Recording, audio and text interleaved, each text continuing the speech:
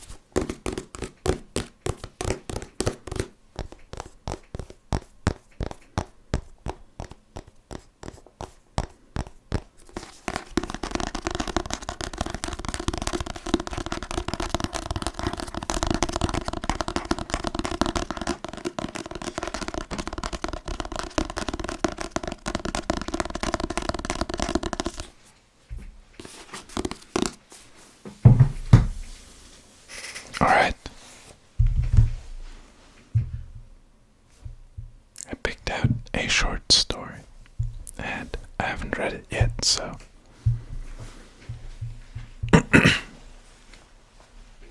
it's called The Sick Rat and the Healthy Rat by David Sedaris. The white rat had been sick for as long as he could remember. If it wasn't a headache, it was an upset stomach, a sore throat, an eye infection. Pus seeped from his gums. His ears rang, and what little he ate went right through him. Now came the news that he had pancreatic cancer, which was actually something of a relief. Finally, I can die, he moaned to his new roommate. She was a female, also white, and had arrived only that morning.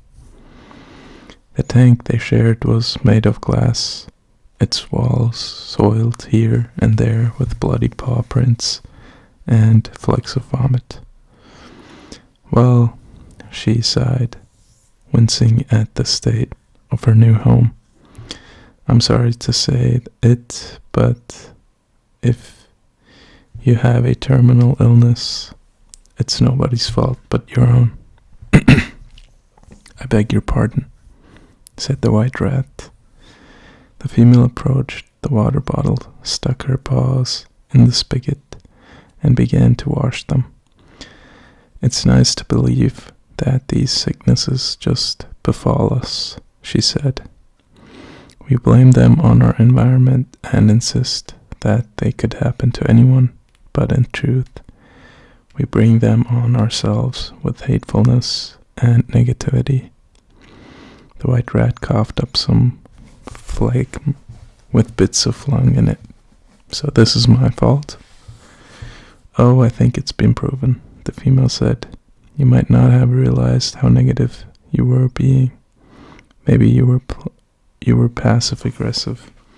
Maybe no one cared enough to point it out, but I have to call things like I see them. Just as everyone does to me, only in the opposite direction." "How, 'cause you're always so sunny?" they ask. "And doesn't your mouth hurt from all that smiling?" Some interpret it as over-exuberance, but to me it's a kind of vaccine. As long as I'm happy and I love everybody, I can't get sick. "Never?" asked the white rat. "Oh, I had a flu once, but it was completely my own fault. Someone mistook for a friend, took to criticizing me behind my back, saying things regarding my weight and so forth. I got wind of it, and for all of 3 minutes I wished her ill. I'm not talking death, just a little discomforting, cramping mainly. I was just starting to visualize it when I sneezed, which was my body's way of saying, wow, that's not cool. Then my nose stopped up and I came down with a fever." "And what about your supposed friend, the one who said cruel things behind your back? If you got a flu, what happened to her?" asked the white rat. "Well, nothing yet," the female said, "but sometimes the body bites. It's time." Her pink eyes narrowed just slightly. "I can bet that when something does happen, though, it'll be a lot worse than a flu. Diabetes, maybe." "You sound pretty hopeful," the white rat observed. The female scowled, then smiled so hard the corners of her touched her eyes. "Not at all. I wish her the best." The white rat slumped against the wall and put a hand to his forehead. "I can't think of anybody I dislike. Then too, I have been alone since my last roommate died." "That's another cause of cancer," the female told him. "You need to get out, socialize. Storytelling is pivotal to our well-being, as are non-ethnic jokes and riddles."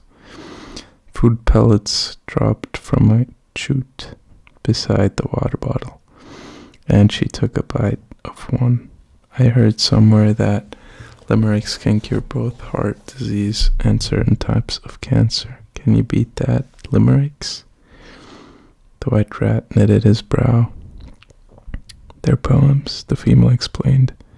Like there once was a mouse. "All right," said the rat, silently recalling one about a prostitute and a dead cat. He chuckled. "And what about haiku? Are they good for curing shorter diseases?" "I know when I'm being mocked," the female said, "but that's okay. You're sick and are going to die. I, meanwhile, am perfectly healthy with good teeth and a positive attitude toward life, so joke away if it makes you feel any better." She just cracked open that smile of hers when the mesh ceiling parted and a human hand appeared. At first it seemed to be made of wax. That's how rigid and opaque it was. But as it neared and pinned her to the floor, the female smelled rubber and understood that it was encased in a glove. Then came a second hand, this one bearing a hypodermic needle, and as the tip sank into her stomach, releasing its mad punch of viruses, the white rat settled against the wood the wood chips and thought. Most limericks, it seemed to him, involved a place. There was a young mole from Des Moines, say, or in Yorktown. There once lived a ferret. He didn't know where he was, though. It was a lab, obviously, but the location was anyone's guess. With this in mind, he came up with the following. A she-rat I had as a roomie said illness just strikes if you're gloomy. Since she was infected with AIDS, I've detected an outlook a lot less perfumey. Funny, he thought, but it actually did make him feel better.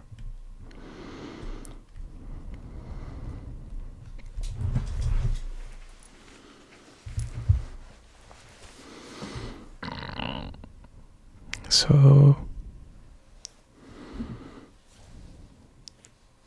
I usually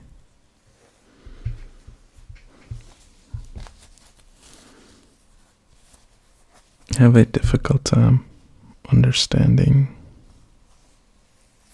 things if I read them out loud.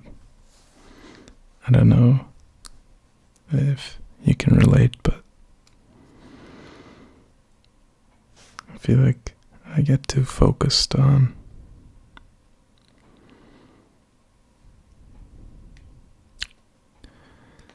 the reading aspect instead of focusing on comprehension. So I'm sure there's a lesson to be learned from that story, but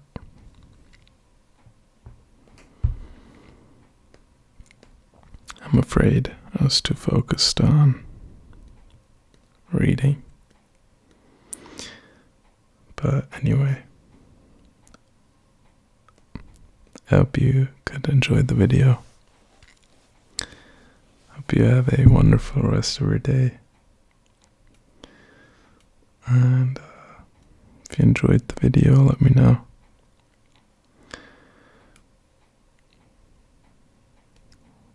I hope you take care. I hope you take it easy. And I'll see you tomorrow. Love you. Bye-bye.